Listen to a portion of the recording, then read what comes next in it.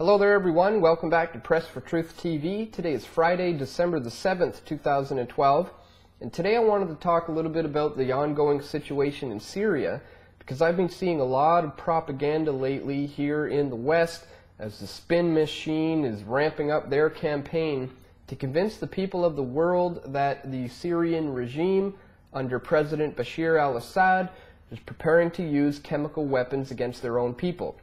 Now, this is something I've been warning about for quite some time right now. I pointed out a while ago that it was the CIA-led al-Qaeda rebels who in fact obtained some chemical weapons from Libya through Turkey and are potentially preparing to use these weapons in order to blame the Assad regime to provide the pretext for an all-out military intervention. Now, I'm not suggesting that Bashar al-Assad is a shining beacon of light or anything like that. They have their issues just as every government around the world has their issues. But what I am suggesting is that we simply cannot trust the mainstream media here in the West as they are telling us that this man is going to use chemical weapons against their own people, because this fits the modus operandi to a T, where we see these false flag type scenarios that are being used as a justification for the pretext for military intervention. Here's an article I'd like to share with you today from Global Post. Syria, chemical weapons reports part of Western conspiracy. Syria believes that a conspiracy by Western powers is responsible for all reports that the government of President Bashar al-Assad is on the precipice of using chemical weapons. According to Reuters, Foreign Minister Fasil Madek alleged that the U.S. and its European allies are spreading rumors about Syria preparing to use chemical weapons in order to justify invasion. Syria stresses again for the 100th time that if we had such weapons, they would not be used against its people. We would not commit suicide, said Madek. Madek instead alleged that the U.S. and its European allies may have actually given chemical weapons to terrorist organizations in Syria in order to claim later that Syria is the one that used these weapons. Yesterday, a report by NBC News cited U.S. officials are saying that the Syrian military is simply waiting for final orders from Assad before using deadly sarin nerve gas against its own people. According to the officials, the nerve agents have been loaded and locked inside bombs. So, as you can see, they are ramping up their propaganda campaign here to try to convince you that Bashar al-Assad is about to attack his own people.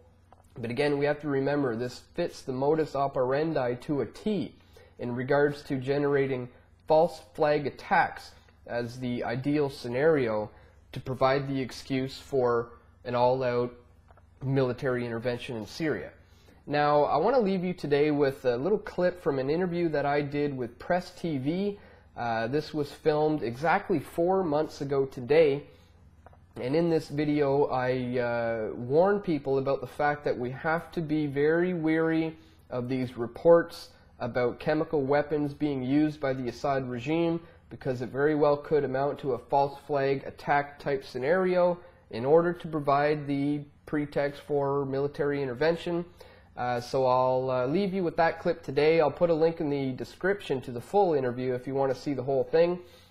And other than that, that's just something I wanted to bring to your attention today on this Friday.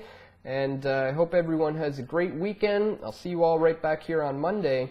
And for now, here is a little clip from my interview on Press TV 4 months ago, where we point out everything that we are currently seeing happen right now. Here's the clip. Getting the people behind this idea of a need for military intervention is absolutely key to be able to go in there.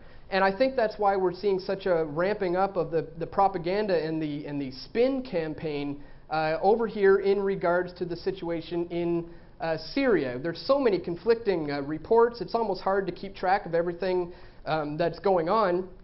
You mentioned earlier there was some intelligence officers who were captured, and as I understand it, some chemical weapons may have potentially been obtained by the al-Qaeda rebels from Libya through Turkey, and we have to be careful of the scenario of a false flag type event, where if this propaganda campaign does not work, they may try to stage some sort of chemical attack, which would be blamed on the Assad government. Of course, this would be done by the al-Qaeda rebels, to be blamed on Assad to provide the excuse, once again, to intervene militarily. So if this propaganda campaign does not hold up, we have to be very aware of the fact that they may take it to the extent of launching a false flag type scenario there in Syria. But once again, the most important thing we can do here in the West is try to counter this propaganda